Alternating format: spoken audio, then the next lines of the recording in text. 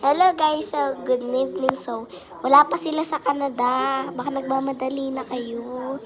Wala pa sila sa Canada. Nasa Philippines pa lang sila. Guys,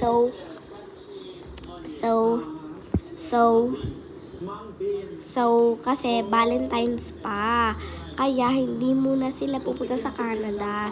Kung nasa Canada sila, English na. Pagtas ng Valentine's, aalis pa daw sila. Sabi sa akin ng labubo ko, aalis pa daw sila ay bukas. Nagmamadali kasi yung ano nila, yung date nila.